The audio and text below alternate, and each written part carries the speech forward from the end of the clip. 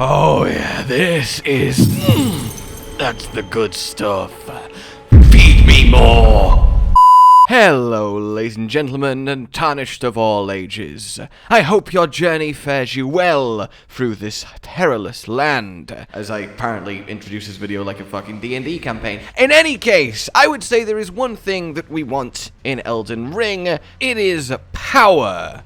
And to use the words of a wise sage venerated throughout history, we want that power to be... maximum! Thanks, Broly. In any case, I will waste no more of your time than I need to. This is how to get 100,000 at least runes per hour the second you start the game. Quite literally, you can walk out into Limgrave, run straight here, do this, and essentially power level to your heart's content, making yourself able to use any starting weapon you want with essentially any stat combination, or go even further if you so desire. So what do you need to do? Well, from the very first Grace site, you simply need to follow the road as it winds and wends its way east until we get to the third Church of Marika. Now here you'll get your flask physic, which is incredibly useful. You also get a golden seed, but slightly north of it, and eventually much later on an NPC will tell you this is here, which is why I have a symbol for it on the map, but it's there whether you have this or not, is a waygate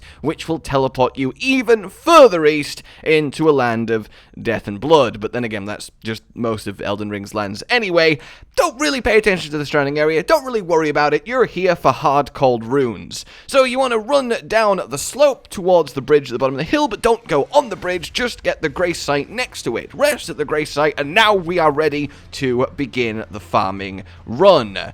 So, get up from the Grace, and basically you're going to slowly work your way back up the hill, carefully killing each of the wandering enemies that you passed on the way down. Now, two things as I show you my route in the background. These guys do a lot of damage. They are much later game enemies, but they're also incredibly squishy and have no poise.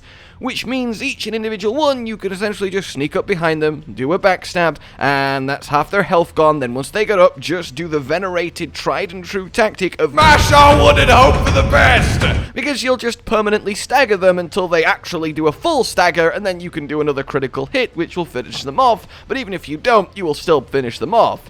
Even in the worst case situation where you don't get the backstab and they notice you, they're still incredibly weak to being stabbed repeatedly. Now, I am currently doing this on a character that has the starting melee offensive stats of the Astrologer. I've not pumped strength, I've not pumped dex, I am just slashing with the basic starting weapon, and, well, as you can see, it's working wonders. So if you're using literally any other base character class, you're going to have an easier time here because you'll be doing even more melee damage than I am doing here, so this really just proves the method. And that's about it. You just work your way up, doing each one as you come to them, and then once you have had your fill, I like to do these 7 that I'm showing here before running back to the Grace. This takes me about 4.5 minutes. Then you return to the Grace and repeat. They are worth over 1,000 runes ahead, and extrapolating out the time it takes to do one run to an hour, you get about 100,000 runes an hour. So even just spending your first hour of the game doing this is going to set you up in a monstrously overpowered position,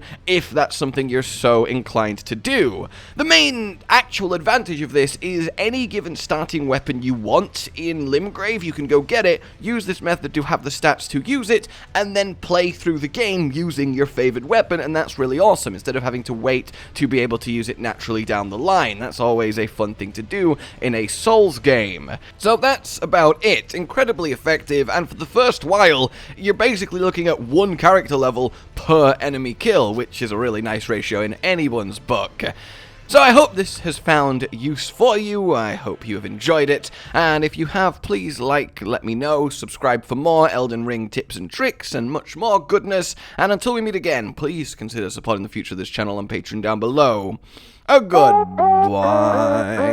Josh, Cotton, and Hollow with the videos, dropping the humor like a hammer on your tippy toes, bringing entertainment on a daily arrangement to take our insanity and turn it into entertainment. Yes, I said entertainment twice, to reiterate that it is nice to look into your faces on a mostly daily basis when you let us in your homes to make the whole world a stage. Goodbye.